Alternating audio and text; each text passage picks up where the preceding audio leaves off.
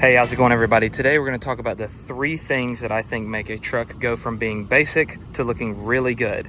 Now, if you're curious only in tire size and the look difference, this is the time of the video to go to see stock tires to the Nittos. That's it. But if you're interested in the rest, stick with us and we'll get there in just a second. So 3 things. Number 1, I think tint makes a truck look really good. Tint is going to take especially a black truck and make it look a whole lot cleaner. I also will say, of all the things that you can do, that is probably going to improve your quality of life within a truck for sure. Number 2, doing a leveling kit or a lift kit. This one has a leveling kit, the exact leveling kit that has been done on it. I don't remember the exact specs. Here's the specs right here on the screen of what was done to this truck. I just don't remember when I did it. I can't keep up with what size it was. And the 3rd thing is throwing a set of tires on it. Now, this truck has stock tires, 275/60/20s. That's the stock tire that came on this truck. Obviously, these tires are not the stock tire. I have had these tires when I bought the truck. These were the tires that came on it. And I have not changed them because they were good tires and I had no desire to really change them. These tires are rated for, I think, 55,000 miles. I put almost 60 on them, and I've only started to run into an issue with this back tire. I've got a little bit of wobble in the truck. You can actually see that in the video right here.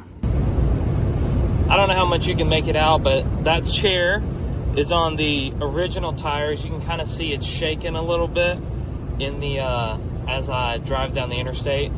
But this tire, if you look, that center tread is starting to wear out. I have a photo of it to show you bad versus good, to give you an idea. But what's happening is these tires, as you start to lose that tread and that traction, and you can see these sipings in these right here. I think it's called sipings. I don't remember, siping, something like that. These allow you to get rid of water. Some of these on a couple of different tires are starting to wear a little thin, and it's just been time to go ahead and throw a new set of tires. Again, they were rated for 55,000 miles. I've put almost 60 on them and they've been flawless. But it's time to go ahead and do something new. So I'm going to show you what we're putting on it, and then I'll show you what it looks like with them on. So let's go ahead and do that. So here is the tire we decided to get.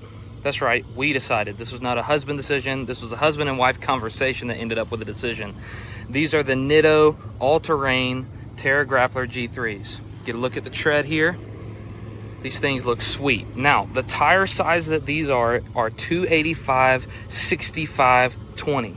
It's upside down, but 285/65/20, okay? What that means is that these are, think about what the stock was, 275/60/20. That means that these are gonna be a little bit wider, and these puppies are gonna be just a little bit taller than the stock. Now, I wanted to go a little wider and I wanted to go a little taller.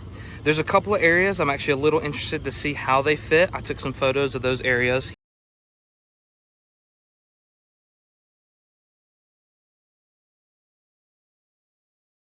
So you can kind of see there's a couple of areas that I'm a little interested in, but let's go ahead and talk about these specific tires and why I went with these and this tire size. Obviously, this was the tallest I felt comfortable and the widest I felt comfortable on the current setup of the truck. But this particular tire is actually really cool.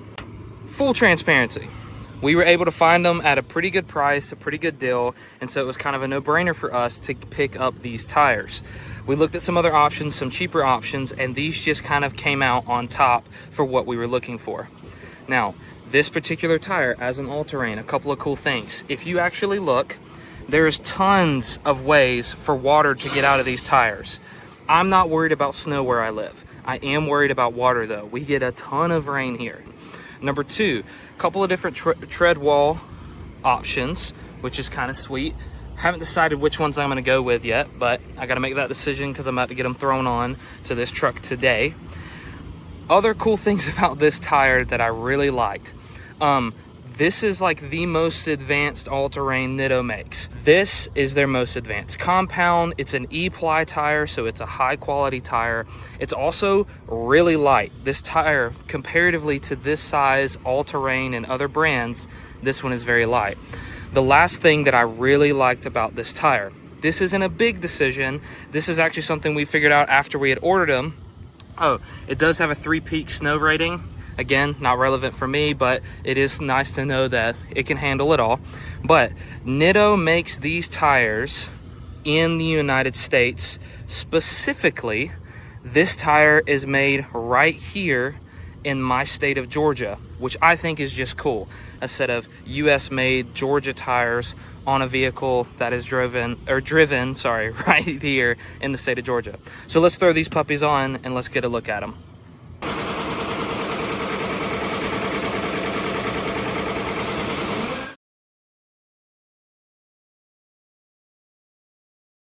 This is it after having the tires thrown on. So again, you can see this is the Nitto Terra Grappler G3. This is a 285/65/20. This is them thrown on right here. And they look, oh my gosh, I think that this looks so good on this setup.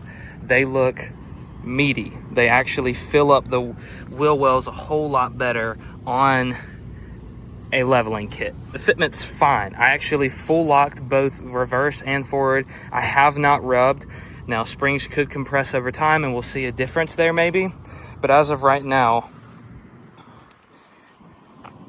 it looks fantastic in my opinion. Again, this is exactly what I wanted out of it. This is the setup I was looking for. That was how much I wanted it to fill up the wheel well. You can see I actually chose to go with this design out instead of the straight up and down design. Had to make sure the guys at Del Toro, which is where I got this done, made sure that they actually set it up right. Turns out the lug nuts I actually had have chrome caps on them, and 2 of them did come off.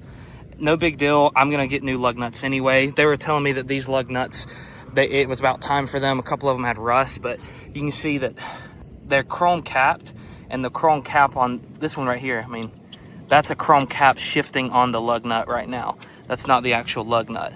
Chrome caps on the lug nuts are shifting.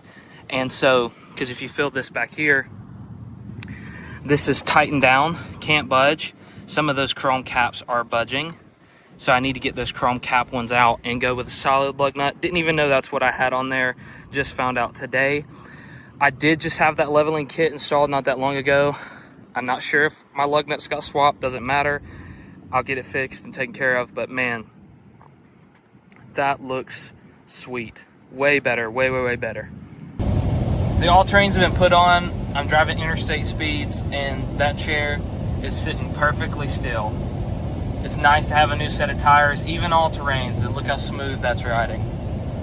It's awesome. So if you're curious what your Gen 4 Ram with a leveling kit can support, I can say confidently it can hold these tires and this setup on my truck. Looks sweet, super pumped. Thanks for watching, guys.